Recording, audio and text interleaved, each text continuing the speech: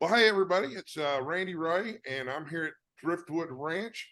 As you can see, I have a guest today. Rachel from Moonlight Library was kind enough to come on and talk with me about books and Booktube. And I don't know what's up with my lighting, but I look a little washed out today. I promise you, I'm not this pale in real life. But hi Rachel, how are you?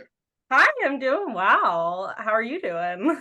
I'm wonderful. We had thunderstorms in Texas last night, but the sun's come out today and it's real pretty and stuff. So Yeah, it's really hot here. I'm in Florida and it is just the sun's beaming down. I love Florida, but it's so humid. I know, right? It's like you walk outside and you're drinking water. Right, right. Well, and not that Northeast Texas is much better, but I have friends in Houston and it's about like Florida down there. It's like walking through a steam bath anytime you Yeah. go. Well, I have been subscribing to your channel now for I don't even know how long ago. I think you might want to have been one of the first booktubers I started subscribing to when I first got interested in the experience about a year ago and stuff. Hmm. And I really enjoy your videos because you've got pretty high production values, but you're also really authentic. And it's Thank pretty easy to you. find the one, but not the other, or the other and not the one. So I get a big kick out of that. So it's a real thrill. Yeah, I've been editing and making videos since I was a kid. So I had a lot of background in that. Yeah. Yeah. So, well, okay. So that leads me into the first of a series of connected questions here. Okay. So tell me about your journey as a reader. As a How you came into reader. reading and loving books because we're unusual now. Yeah. Yeah. So tell me about that. So as a kid, I would read a okay amount, but I think it was like most children at the time, Harry Potter, which got me into it. And then I branched off, I ventured out, and I mainly read like fantasy stuff and like sci-fi things, I think. And then I feel like I was like maybe senior in high school when I was trying to figure out what I want to do with my life, and I decided I wanted to be an English major. And I went into college and got really into reading the classics and stuff like that, but I was still just reading Stephen King and stuff on the side because I was like, that's what I'm really interested in, is like the genre fiction. Yeah, and then I started working in libraries and it's just books have always surrounded my life. Right. So yeah, I have an English degree too. Oh, And really? yeah. I got my degree in I hate to say it, 1993.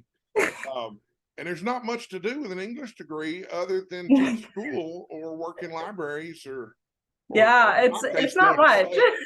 sales. So, well, do you remember what your first Stephen King book was? Oh, what? It wasn't Carrie. Um, I think it might have been I think it might have been Shawshank Redemption was the first thing I read by Stephen King, I think. Right. And that was for a class. And it kind of opened me up to Stephen King in general. And I was like, oh, and maybe that's where around where I started with reading horror and getting into it. Yeah. I had a kind of a similar experience growing up because I read a lot of fantasy and science fiction, but for me it was The Lord of the Rings, not Harry Potter. Harry Potter came Yeah. out when my kids were kids. But but yeah, The Lord of the Rings, Isaac Asimov, that sort of thing. And then I was kind of snobbish and kind of turned my nose up at Stephen King because I'd heard of him through the movies. Hmm. And I'm not even sure as a teenager I realized he was a writer.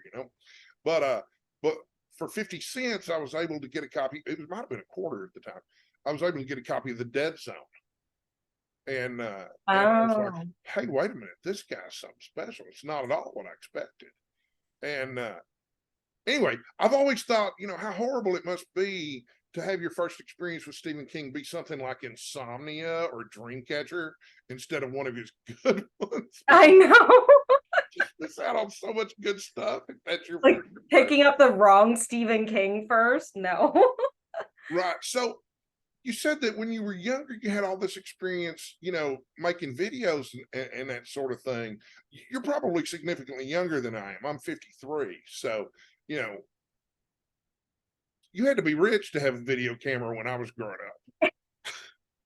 So I grew up with one of those like big tape recorders that Okay. you shove the tape into it, like the actual VHS into it. Right. And I used to try to make movies with it because I wanted to be a director. That was my dream as a child. Right.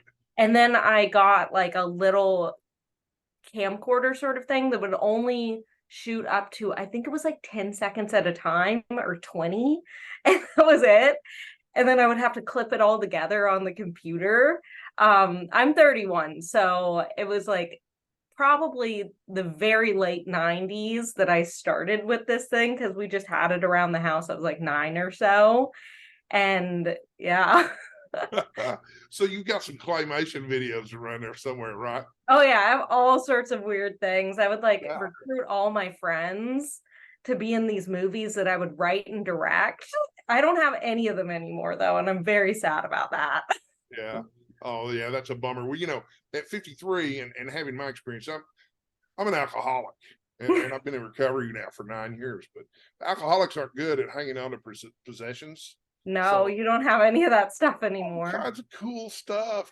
All my short stories that I've written are gone now. Oh, I got a beautiful letter from Harlan Ellison when I was 18, and it's gone now. And so, oh, yeah, it's a bummer, but I don't know. As you get older, too, you start letting go of possessions anyway, because yeah. It's like you don't slowly leave too they much for start to kids. dwindle. So, well, so now tell me about coming to Booktube. So it was in 2020. I think one of my coworkers, I work at a library. One of my coworkers was talking about watching book content on YouTube to me. I had never heard of this because I didn't watch much YouTube, Right, like big TV show watcher, big movie watcher, YouTube, not so much. right. Um, and so she told me about book content, and I was like, what?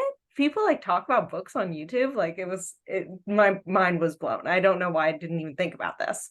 And I watched, maybe it was like Noel Gallagher or like Paperback Dreams Cat, some of their videos, and I was like, I can do this. I know how to edit video and I love talking about books. And I went ahead and did it. Yeah. And it was maybe like a week or two. And then I was like, Booktube, here we are. Now, was Booktube your first social media about books, or did you come in sideways through like Instagram or something first? Or So my Instagram, like I've been on Instagram since Instagram's been a thing, but it was just a personal Instagram, And it was definitely Booktube that brought me to Bookstagram. And now I'm like all Bookstagram too. see, now I came in kind of sideways.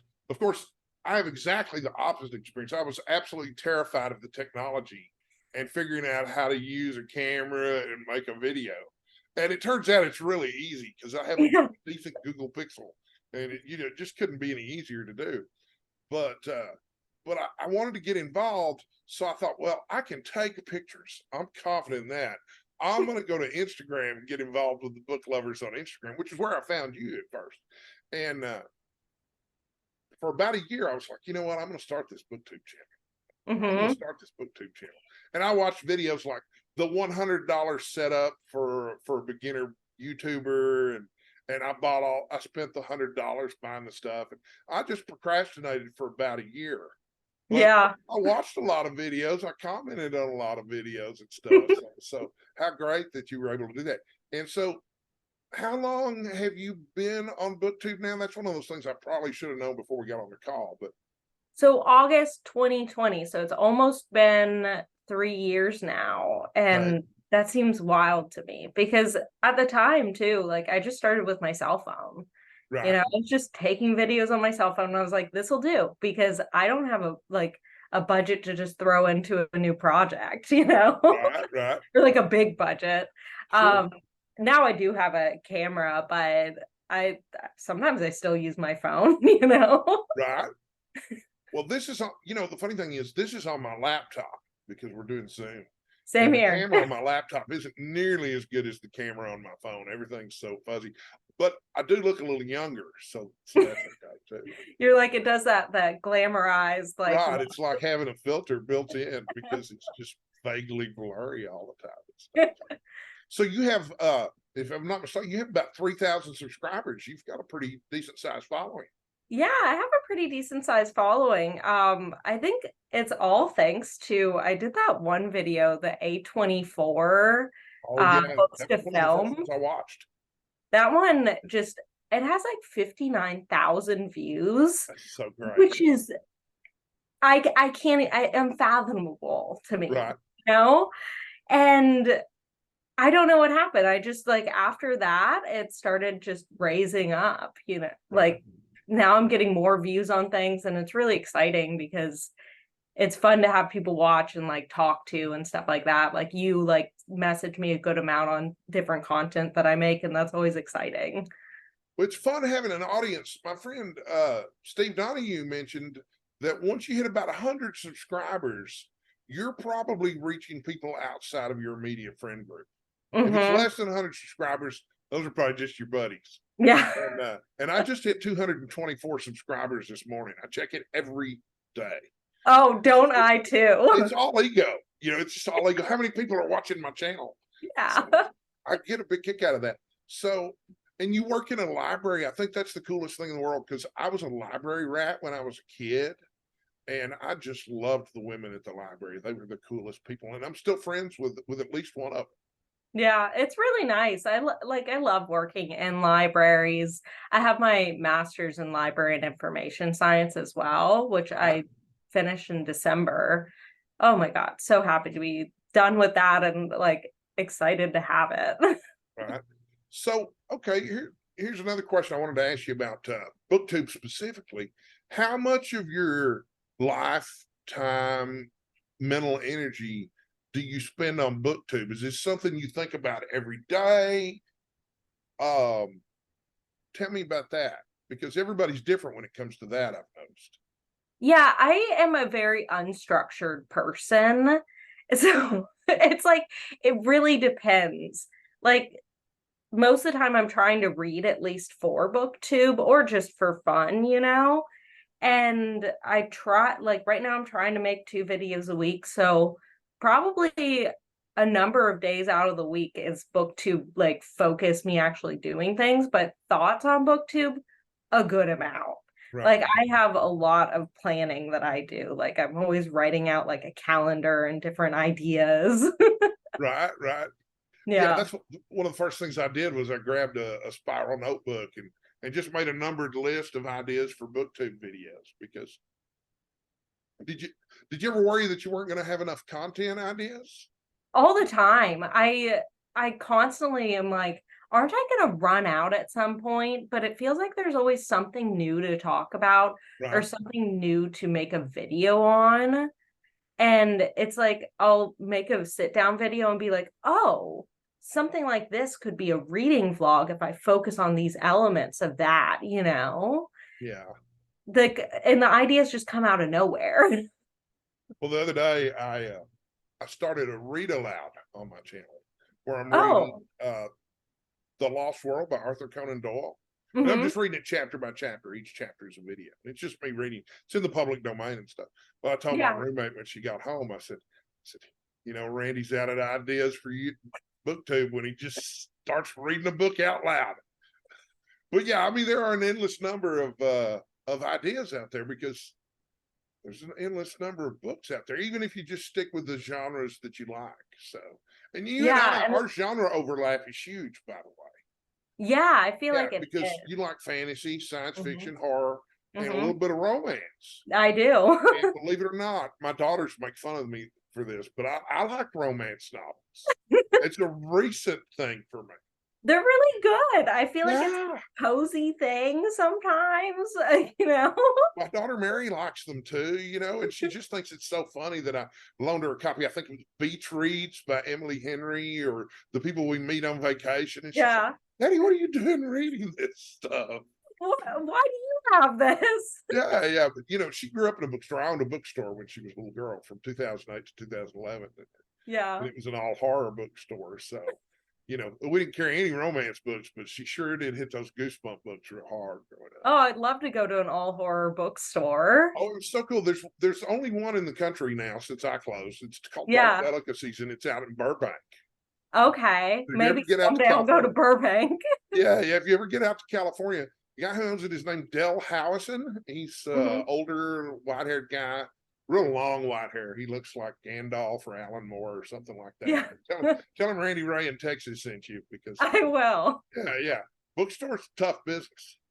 I could imagine someone was asking me the other day, they're like, would you ever make a bookstore? And I was like, no way, that's too hard. Well, I can tell you how to wind up with a small fortune after owning a bookstore for 3 years. Start with a large fortune. Yeah. That's the trick. So. That really is it, because you're mainly in the red. Right. So the A24 video, I want to come back to this. How long ago was that? That was in July, I believe, of 2022. So almost a year. Almost a year. And I remember watching that and thinking, I've watched some A24 movies and stuff, and they're great. So you're a big cinephile too then, right? Oh, big time. I watch a ton of movies. Yeah. And TV shows. I'm constantly binge watching TV, and then I won't be reading because, like, just the other day I watched in one day the entirety of that Queen Charlotte, the Bridgerton story. Yeah. One day I was like, I need to watch this whole thing. I watched Bad Vegan yesterday. Oh yeah, how was that? Well, sometimes I am the lowest common denominator. You know what I mean? Yeah. It was interesting, it was sad, but you never know what I'm going to be watching on TV next. Yeah. I have real eclectic taste, but I'm a big classic film buff. If it's up to me, I'm going to pick something from the 40s to watch. Yeah. 30s, 40s, or 50s. If it weren't for Turner Classic Movies, I wouldn't bother with any kind of subscription TV service. So. I am like all new movies, I feel like. Yeah. My ex-wife was like that. If it hadn't come out in the last 10 years, she wasn't interested. She wasn't interested. If it was from the when were we married? We split up 10 years ago. So anyway, if it wasn't from like the late 90s onward, she just had no interest in it at all. It just drive me nuts, because I'm like, can we watch Casablanca Friday night? God, no, that's old. Like, why? Why would you want to watch Casablanca? So. Well, so now, what kind of future plans do you have for your channel? Well, right now, as of, I guess, a week or two ago, I decided to start making the 2 videos a week, as I said. And that's where I am right now. I was thinking about making a Patreon. I did make the Patreon, but I haven't made it public. And I'm like, maybe I could do this. And I make a lot of reading vlogs that I never finish. Right. It is like my thing is creating reading vlogs that don't go anywhere. And I'm like, I could just publish the unfinished reading vlogs on Patreon.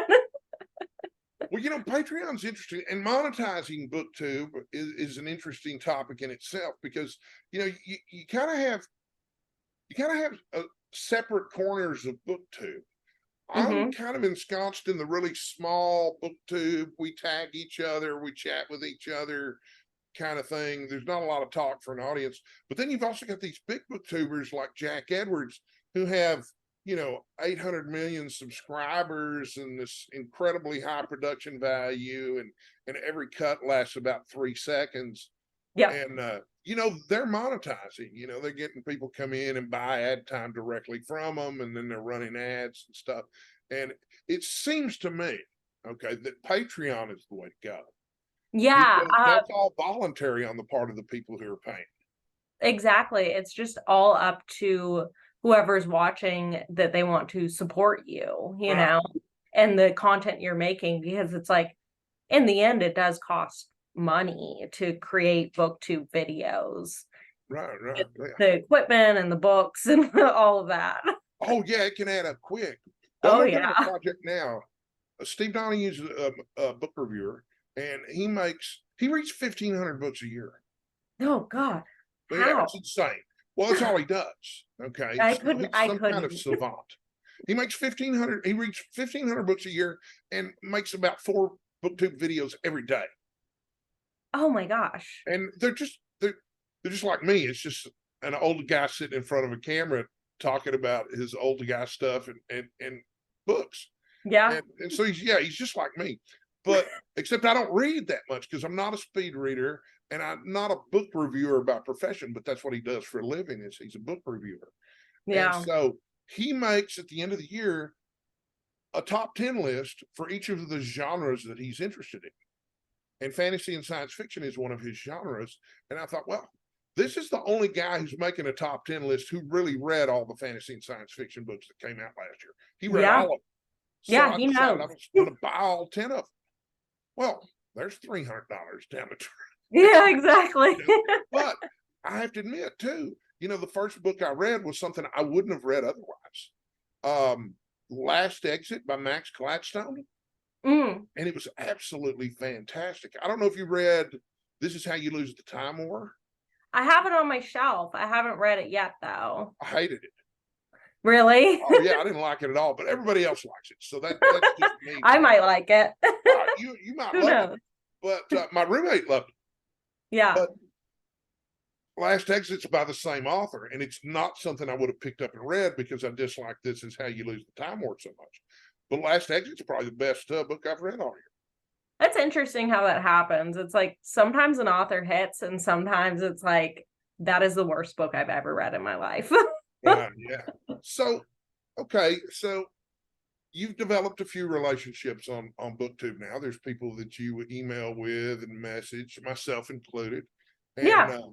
And so is this something you would recommend to other bookish people who might be intimidated by the idea of starting a Booktube channel? Like creating one? Yeah. Oh, I definitely think so. I think everyone that enjoys, it's really up to if you have the time, the energy, and the ability, I think go for it, Well, and phones have gotten so easy. It's really Yeah. not that hard. It's a lot easier than I think than it definitely used to be back in the day, Oh, Yeah, I couldn't even imagine it. Well, I make my money on the internet, building websites. Mm-hmm. And I didn't think I'd ever be able to do that. I was a guy in sales, but Yeah, I got totally tired of different. talking to people. Yeah. I didn't want to hold a phone to my ear anymore. So. But yeah, to me, this is just the most amazing experience, and it's been so much fun.